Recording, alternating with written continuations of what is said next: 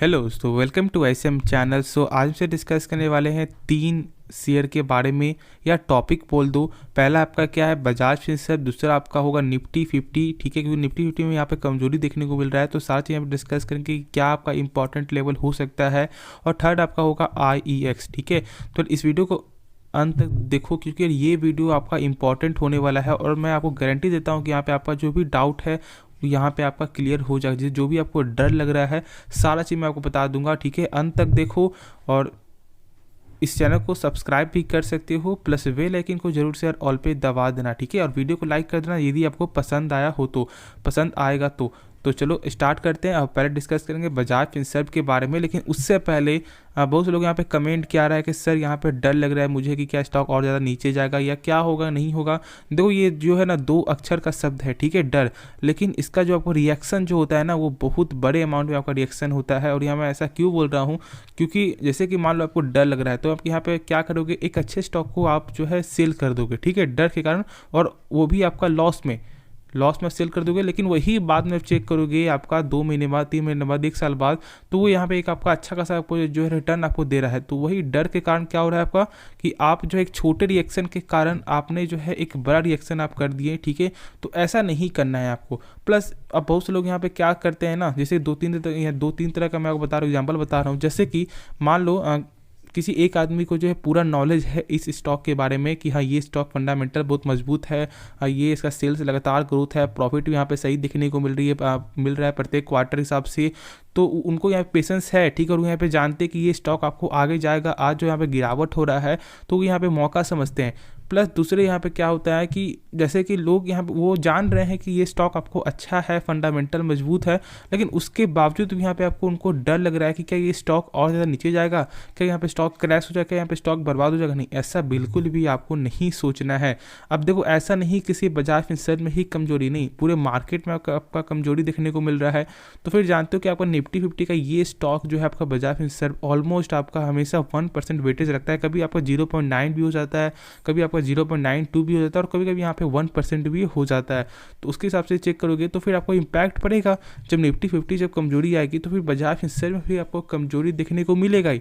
तो डरने की जरूरत नहीं है, पेशेंस आपको यहाँ पे जो रखना है। अब जानते हो कि आपका जो वॉरेन बफेट का भी क्या करना है, कि जब स्टॉक जब यहाँ मेन की जब मार्केट में जब लोग आपको बाई कर रहे हैं ना, तो उस समय आपको डरना है, ठीक है। जब यहाँ पे लोग जब बाई कर रहे हैं, यानी कि जब आपको मार्केट लगातार बढ़ रहा है, तो उस समय आपको डरना है। वही जब मार्केट जब आपको गिर रहा है ना, तो उस समय आपको डरना नहीं है, उस समय आपको लालची बनना है, आपको स्टॉक बाई करना है।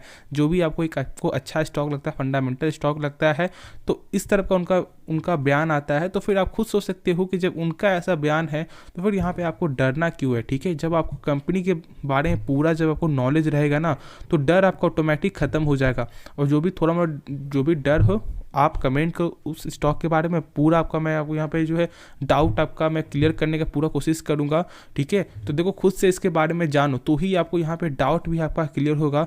तो फर्स्ट ऑफ ऑल सबसे पहले आप सब देखते हैं कि इसका आज का टोटल आपको जो डिलीवरी परफॉर्मेंस क्या देखने को मिलता है। तो पहले आप देख लो कि मैंने यहाँ पे बजाज फिनसर्व का ये चार्ट खोला है, और चेक करोगे तो टोटल आपका जो डिलीवरी मात्र 36% का ही आपको देखने को मिल रहा है, ठीक है।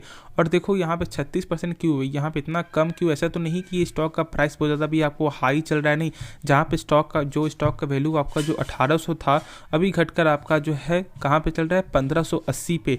तो स्टॉक तो आपका अच्छा खासा करेक्शन हो चुका है, लेकिन उसके बावजूद यहाँ पे आपको बाइंग लेवल क्यों नहीं आ रहा है, ड्यू टू टेक्निकल, ठीक है। अब बहुत से लोग यहाँ पे बस ऐसा नहीं करते हैं कि यार स्टॉक बाई कर लिए कम प्राइस देकर, नहीं। बहुत से लोग यहाँ पे टेक्निकल भी चेक करते हैं, क्या टेक्निकल क्या दिखा रहा है, क्या बता रहा है।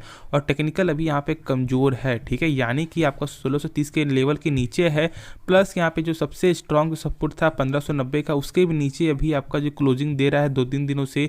और उसके रिगार्डिंग ये जो लेवल आपका बहुत ही कमजोर हो चुका है, और इसलिए लोग यहाँ पे वेट कर रहे हैं। अब देखो, यदि 2-3 दिन यहाँ पे क्लोजिंग दे देता है नीचे ना, तो फिर आपको आराम से यहाँ पे 1530 का लेवल आपको देखने को मिल जाएगा। लेकिन डरने की जरूरत नहीं है। ऐसा नहीं करना है कि आप यहाँ पे स्टॉक को सेल कर दो, यहाँ पे आप पैनिक हो जाओ, नहीं, बिल्कुल भी ये नहीं सोचना। यदि आपने फ्यूचर में बाय नहीं किया हुआ है, यदि आपका कोई रिक्सी वाला कुछ काम नहीं है, तो फिर डरने की जरूरत नहीं है। और यदि आपने यहाँ पे रिक्सी में यहाँ पैसा लगाने का फ्यूचर में पैसा लगाए हो, तो फिर तो यहाँ पे रिस्क होता है, और इसीलिए यहाँ पे स्टॉप लॉस आपको लगाया जाता है। और स्टॉप लॉस जरूर लगाकर आप ट्रेड करो। बहुत से लोग यहाँ पे क्या करते हैं, यहाँ पे स्टॉप लॉस नहीं लगाते, देखते हैं कि यार ये नहीं अभी इतना लॉस चला, ठीक है जब इतना लॉस चलेगा तो हम सब बेच के यहाँ पे हटा देंगे। ऐसा बिल्कुल भी आपको नहीं करना है। ट्रेडिंग में ज़रूर आप यहाँ पे स्टॉप लॉस लगाओ, लेकिन यदि आप किसी स्टॉक में यहाँ पे फॉर द लॉन्ग टर्म के लिए पैसा लगा रहे हो तो उसमें स्टॉप लॉस लगाना ज़रूरी नहीं है मेरे हिसाब से, ठीक है। तो ऐसा नहीं करना, क्योंकि जब आप लॉन्ग टर्म के लिए जब यहाँ पे स्टॉक लगा रहे हो तो उसके बारे में सही से यदि आप जान लो, सही से उसके बारे में समझ लो, तो फिर डरने की कुछ जरूरत ही नहीं है। प्लस यहाँ पे मैं आपको बता दूं कि ब्रोकर ने यहाँ पे आपको टारगेट पे दिया है बजाज फिनसर्व, जो मैंने बहुत सारे वीडियो मैंने कहा है, जैसे कि आपको यहाँ पे जो शेयर खान ने टारगेट दिया है 1950 का, प्लस आपको जो एडलबीसी का भी टारगेट आपका 1950 का ही देखने को मिलता है, प्लस साथ में यहाँ पे आपको जो ICICI डायरेक्ट का टारगेट भी आपको 1850 है। तो आप खुद सोच सकते हो। प्लस इसका ऐसा नहीं कि नंबर आपको खराब देखने को मिला, Q2 का नंबर बेहतरीन यहाँ पे ग्रोथ देखने को मिला है, तो फिर दिक्कत क्या है, ठीक है मार्केट है। प्लस यहाँ पे इनका जानते हो कि बड़ा जो इनका गेम है ना, वो यहाँ पे बजाज फाइनेंस जो आपका रोल निभा रही है। बजाज फाइनेंस यहाँ पे उसका भी बहुत कमज़ोर चार्ट आपका हो चुका है, 6800 के नीचे अभी चलते हुए दिखाई दे रहा है, और उसी के रिगार्डिंग बजाज फिनसर्व में आपको इम्पैक्ट हो रहा है, क्योंकि जानते हो कि बजाज फाइनेंस में 51% स्टेक आपको बजाज फिनसर्व ही आपको रखी हुई है, और इसलिए पेरेंट कंपनी है बजाज फाइनेंस की बजाज फिनसर्व। प्लस जानते हो कि फिनसर्व यहाँ पे 2 सेक्टर में काम करता है, पहला आपका फाइनेंस, दूसरा आपका इंश्योरेंस, और ये दोनों कैटेगरी जो है ना ये लॉन्ग टर्म का ही है। तो आप खुद सोच सकते हो, तो ऐसा नहीं कि ये कंपनी का आज यहाँ पे बिजनेस आपको अच्छा ग्रोथ कर रहा है तो उसका लॉन्ग टर्म में कोई इसका ऐसा बिजनेस नहीं है कि लॉन्ग टर्म ग्रोथ नहीं करेगा, नहीं, सारा चीज़ें लॉन्ग टर्म यहाँ पे लॉन्ग टर्म का ग्रोथेबल ही बिजनेस है। जैसे कि आप देख लो फाइनेंस, दूसरा आपका इंश्योरेंस, तो ये सारा चीज़ ही ग्रोथ ही है, ठीक है। तो डरना नहीं है, होल्ड करके चलना है, ठीक है। और यदि आपको और एक अच्छा मौका मिल जाए, जैसे कि मान लो आपका 1500 के नीचे आ जाए, तो फिर यहाँ पे आपको ऐड ऑन करना चाहिए धीरे धीरे करके, ठीक है। और अपने लेवल को यहाँ पे आप जो है एक अच्छा लेवल बना दो, फिर उसके बाद आराम से होल्ड करके चलो, खुद इसका आपको ऑटोमेटिक आपको गेन देखने को मिलेगा। नंबर जानते हो बेहतरीन नंबर यहाँ पे शो होता है, तो डरना नहीं है, होल्ड करके चलना है। अब होप इसके रिगार्डिंग आपका डाउट है वो यहाँ पे क्लियर हो गया होगा।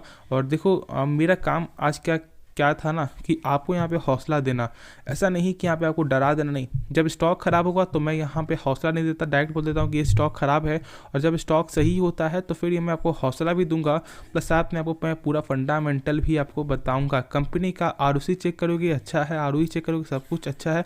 ROC क्या होता है, यानी कि रिटर्न ऑन कैपिटल एम्प्लॉय। जैसे कि मान लो यदि कंपनी अपने ऊपर 100 रुपया लगा रही है तो उसका एक साल बाद कितना रुपया बन रहा है, तो उसी को हमसे बोलते हैं ROC। कैश फ्लो भी, total net cash flow check करोगे पॉजिटिव ही देखने को मिलता है, तो फिर ऐसा कुछ नहीं है कि यहाँ पे पैसा की कमी नहीं, बिल्कुल भी नहीं। तो होप सारा डाउट आपका क्लियर हो गया होगा, अंत तक जरूर देखना, ठीक है। और यदि अभी तक यहाँ पे आप देख रहे हो जरूर से वीडियो को लाइक कर दो, और जरूर से चैनल को आप जो सब्सक्राइब कर देना, और दोस्तों में जरूर से शेयर करो, ठीक है। बहुत से लोगों ने यहाँ पे बाय किया होगा तो उनको भी यहाँ पे आपको एक अच्छा मोटिवेट वो यहाँ पे हो जाएंगे, क्योंकि लोग डर जाते हैं, पैनिक होकर शेयर को सेल कर देते हैं। तो ऐसा गलती नहीं करना चाहिए और ना किसी लोगों को यहाँ पे करना है, ठीक है। तो ज़्यादा से ज़्यादा आप जो वीडियो को शेयर करो। तो चलो अब नेक्स्ट स्टॉक के बारे में डिस्कस करते हैं, नेक्स्ट टॉपिक के बारे में। तो डिस्कस करते हैं निफ्टी 50 के बारे में।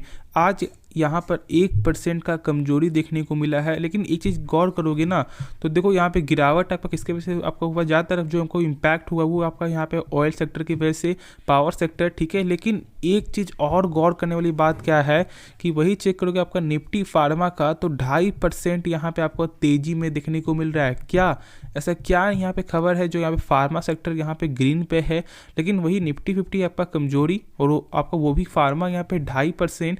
तो देखो अंत तक जरूर देखो। तो पहले देख लेते हैं कि आपका निफ्टी फार्मा का क्या निकल के आ रहा है, फिर हमसे डिस्कस करते हैं। तो आप देख सकते हो कि निफ्टी फार्मा जो है यहाँ पे 2.5% आपका अप में यहाँ पे बंद होते हुए दिखाई दिया है। अब क्या है, फेयर ऑफ कोविड, ठीक है।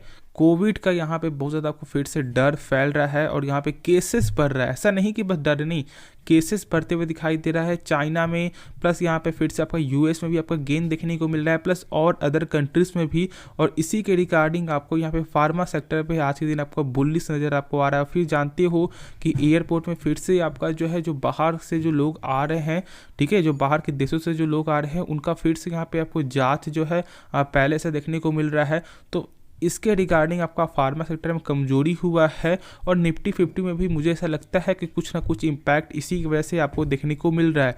अब देखो यहाँ पे एक चीज़ आप जान लो कि निफ्टी 50 में यहाँ पे कौन से लेवल में यहाँ पे आपको वेट, कौन सा लेवल यहाँ पे आपको अच्छा सपोर्ट है और क्या करना है।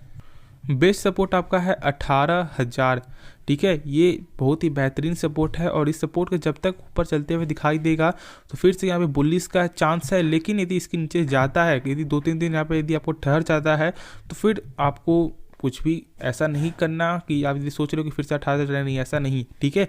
टेक्निकल प्रोसेस से यदि नीचे जाएगा तो फिर कमज़ोर हो सकता है। तो मैं यही बताऊंगा कि यहाँ पे 18,000 का बहुत ही बेहतरीन सपोर्ट है। बार बार देख रहे हो कि टच कर रहा है लेकिन फिर यहाँ पे ऊपर एक बाउंस बैक जाते हुए दिखाई दे रहा है। तो 18,000 बहुत ही अच्छा सपोर्ट है और मैंने शुरू से ही कहा, जब से आपको जो 16,800 से मैंने कहा है कि निफ्टी 50 यहाँ पे आपको 18,000 जाते हुए दिखाई देगा, ठीक है। क्योंकि देखो यहाँ पे अपने लेवल को ना बार बार ऊपर ही क्लोजिंग आपको दे रहा था, ठीक है। बुल्लिश से आपको नज़र आपको आ रहा था और उसी के रिगार्डिंग मैंने यहाँ पे आपको जो प्रिडिक्ट किया था, ठीक है, और मैंने दिखाया भी था।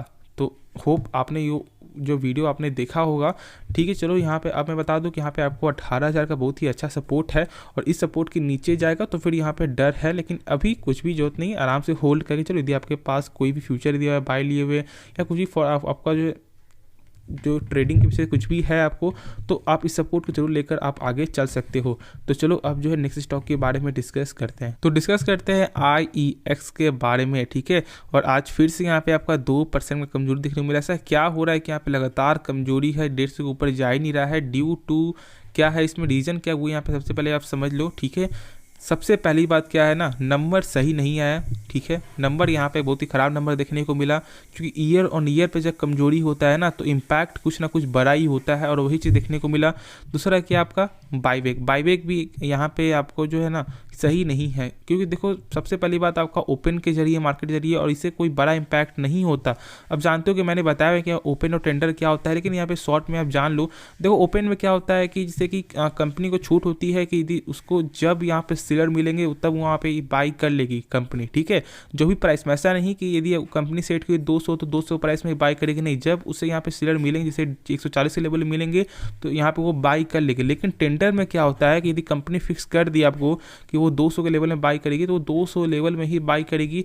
अब यहाँ पर लोग डाउट क्या होगा, जैसे मान लो यदि आपका पूरा जो सेलर यहाँ पे नहीं मिलता है तो फिर क्या, तो फिर आपके पोर्टफोलियो से जो आपके पास स्टॉक होगा उसमें से कुछ % जो उनको चाहिए होगा जिस तरह का, तो यहाँ पे आपका सेल कर देगी और वो फिर वो बाई कर लेगी, ठीक है, और आपका पैसा यहाँ पे रिफंड कर देगी। तो ऐसा होता है ओपन और टेंडर। होप ये दोनों के बारे में आपका डाउट यहाँ पे क्लियर हो गया, क्योंकि देखो बेसिक यहाँ पे आपको मजबूत करना होगा तो ही फिर यहाँ पे आप आगे भी एक अच्छा परफॉर्मेंस आप दिखा सकते हो स्टॉक मार्केट में, ठीक है। तो देखो 2% यहाँ पे कमजोरी हुआ है और ये लेवल जो है ना आपका कमजोर है, और मैं शुरू से बताया जब तक 150 के ऊपर जो सस्टेन करते हुए दिखाई ना दे तब तक बाई नहीं करना है। और इसलिए मैं शुरू से ही ये बात बोल रहा हूँ। जो लोग मुझे पहले से फॉलो कर रहे हैं वो कमेंट में ज़रूर एक बार लिख देना कि हाँ ऐसा मैंने आपको बोला है, ठीक है। और इसका नीचे का सपोर्ट क्या है, 138। यदि उससे नीचे जाता है, क्लोजिंग दे देता है 2-3 दिन, तो आपको जो सस्टेन करता है तो फिर यहाँ पे आपका बहुत ज़्यादा कमजोरी देखने को मिल सकता है, 130 तक आ सकता है ये स्टॉक।